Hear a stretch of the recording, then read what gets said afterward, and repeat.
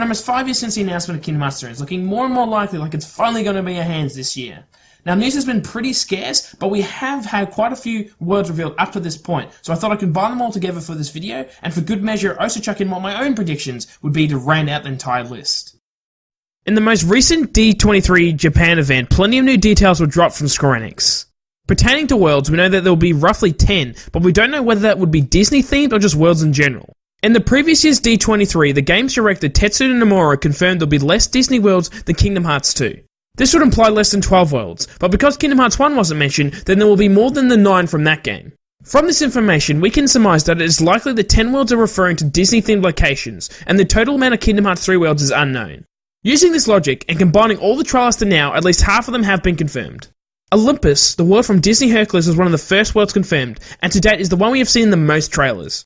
For actual representation of the Disney movie, we have seen the City of Thebes, where Sora, Goofy, Donald, and Hercules are shown taking on a giant Heartless. There has been scenes showing Sora climbing a mountain in the sun, but also in the rain and encountering a mighty rock titan. Finally, we have seen Mount Olympus, the kingdom of the gods itself, although noticeably absent of any gods like Zeus. This is a location you have visited many times in Kingdom Hearts, but always in different forms, and never on the same scale as what is shown in the trailer so far. Hercules World in the first 2 numbered games featured a Colosseum, which was always my favourite parts of those games. It saw you taking on Heartless and various unique bosses like Hades, as well as the Rock and Ice Titans. For Kingdom Hearts 1, the Colosseum was put on Earth, and for Kingdom Hearts 2, it was put in the Underworld, and I hope and expect that they will continue the trend, and for Kingdom Hearts 3, we'll put it in Mount Olympus. It would also be fantastic if we get to face off against the Olympic gods, and finally take on all the Titans from the Disney adaptation. This is the only returning Disney world announced so far, and the one that I honestly think was the best pick, considering what they hadn't shown from it yet in previous titles. One of the first brand new worlds revealed was the Kingdom of Corona from Disney's Tangled movie. We have seen bits and pieces of Corona, more so in the latest D23 trailer that showcased Rapunzel and Flynn being characters that joined your party. Tangled's iconic tower has been shown, as well as the lush forests that surround it. Judging by the fact that Rapunzel has long hair, it is likely that this is set during the events of the movie, although Square Enix have said that the Kingdom Hearts 3 will not just retell the movie story like previous Kingdom Hearts titles did. Also, at the D23 event, details were given about how they want Kingdom Hearts 3 to feel more lived in, and so they've been working on populating its worlds, showing off screenshots of a town from Tangled filled with different NPCs from the movie. The film's producer Ron Connolly was the person who initially revealed this world, something that was mimicked with the next featured Disney movie being Big Hero 6. Other than a single screenshot of Sora and Baymax taking on an evil version of Baymax, we have seen no footage to date. We do know, however, that this is set after the events of the movie, so the title's main characters Baymax and Hero are already superheroes. I would also say that the inclusion of this movie removes the likelihood of a Marvel film showing up in Kingdom Hearts 3. Frankly, I think the San Fran, Tokyo location is an excellent addition to Kingdom Hearts, and considering the artwork shown and the verticality of multiple worlds revealed so far, I wonder if this location may be one that you can actually fly around in. Regardless, the setting of that movie, its characters' abilities, and that Square Enix is trying to make worlds be more populated has me extremely excited for what Big Hero 6 can bring to the table. In addition to Disney worlds, we have 2 Pixar-themed locations revealed. Out of the 2, I would say the best inclusion is Toy Story. Woody, Buzz Lightyear, and the rest of the world looks extremely close to the movie counterpart. In fact, it quite possibly looks better than what was shown in the first 2 movies. Sora, Goofy, and Donald's toy transformations to blend into the world look really cool, with the smoothed out textures and the visible joints for the bendable parts. Judging by the fact that the trailer shows they are still in Andy's house, and that Jessie and Bullseye are nowhere to be seen, that this takes place between Toy Story 1 and 2. From footage shown though, other than inside or outside Andy's room and house, it looks like a brand new location called Galaxy Toys will be the focus. Woody and Buzz both join the gang to face down many unique toys with the new Heartless design. From ball pits, piloting robots, and riding on the iconic Big One, the Toy Story world looks like an absolute blast. The other Pixar inclusion, Monsters Inc., doesn't look quite as good, at least comparatively to its own movie, but it honestly is the next best pick after Toy Story for a unique world not seen in other Kingdom Hearts games. Sora & Company's monster transformation also isn't the most compelling, but they still at least blend into the environment and is something different. The featured locations definitely fare a lot better though, with the scare floor and the door storage bay both looking excellent. There's also a large scaffolding outside, suggesting perhaps some kind of company expansion. Sully and Mike Wazowski both join the team and introduce funny interactions such as being able to use Mike as a bowling ball to knock out enemies. I expect and hope that other characters will appear in the game like Randall, as well as moments where you use the doors to transition to other locations like in the movie. As far as guaranteed Disney worlds go, that adds up to at least 5 revealed so far, although we can definitely assume and even know some other locations, as well as movies that will be represented but you probably don't go there. When it comes to represented worlds, we have seen Ariel from The Little Mermaid show up as the someone in the latest D23 trailer. What I would love to be the case is that characters from Sora's previous adventures appear as summons, like Aladdin, Simba, or Jack Skellington. This would mean we get to see what they look like with the new Unreal graphics while not having to re-explore a world we have already seen multiple times. Dream Eaters from Kingdom Hearts 3DS also have been shown, further suggesting previous friends will be in the game as summons.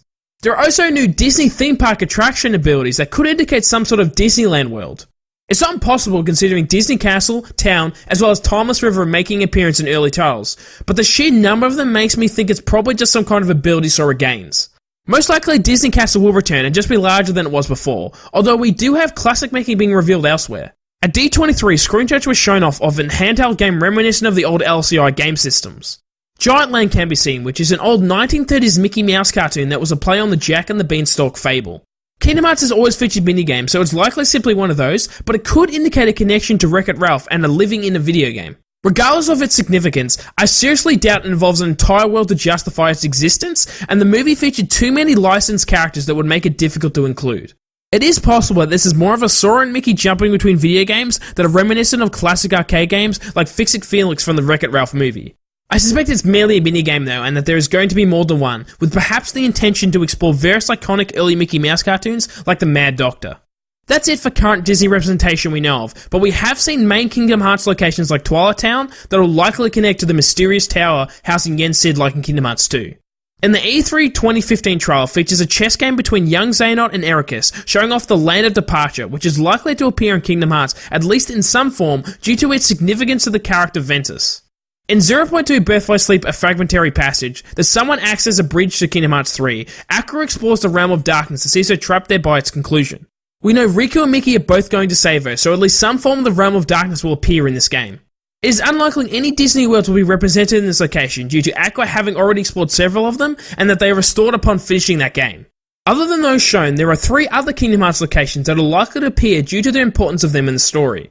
Radiant Garden will almost certainly be in the game, as it houses basically all the Final Fantasy characters, as well as having close ties to most of the series' antagonists.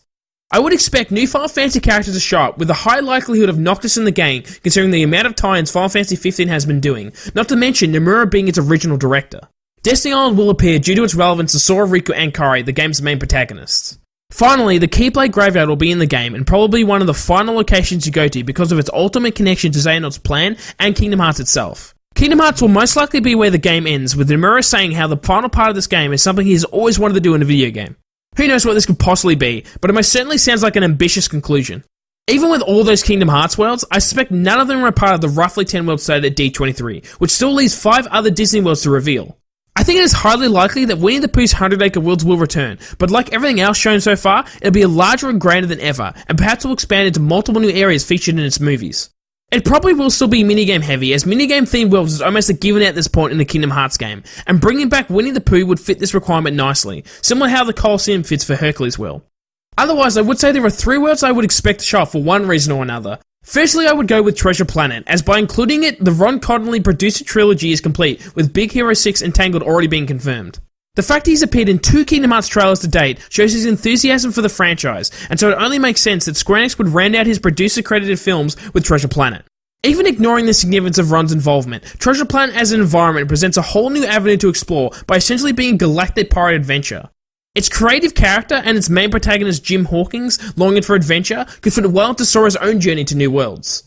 Personally, this is my number 1 movie to make an appearance in Kingdom Hearts, as the setting of its world is something I think Square Enix could truly make a spectacular experience out of. Another space-themed world that just makes sense to add simply due to its themes and its popularity is Star Wars. From an interview done by a French gaming site Finland with Nomura, he said how it would be great if you could add it, but it depends on what rules are applied by Disney. Disney being a business has no reason not to allow it except to protect the brand or because of other exclusivity dealings.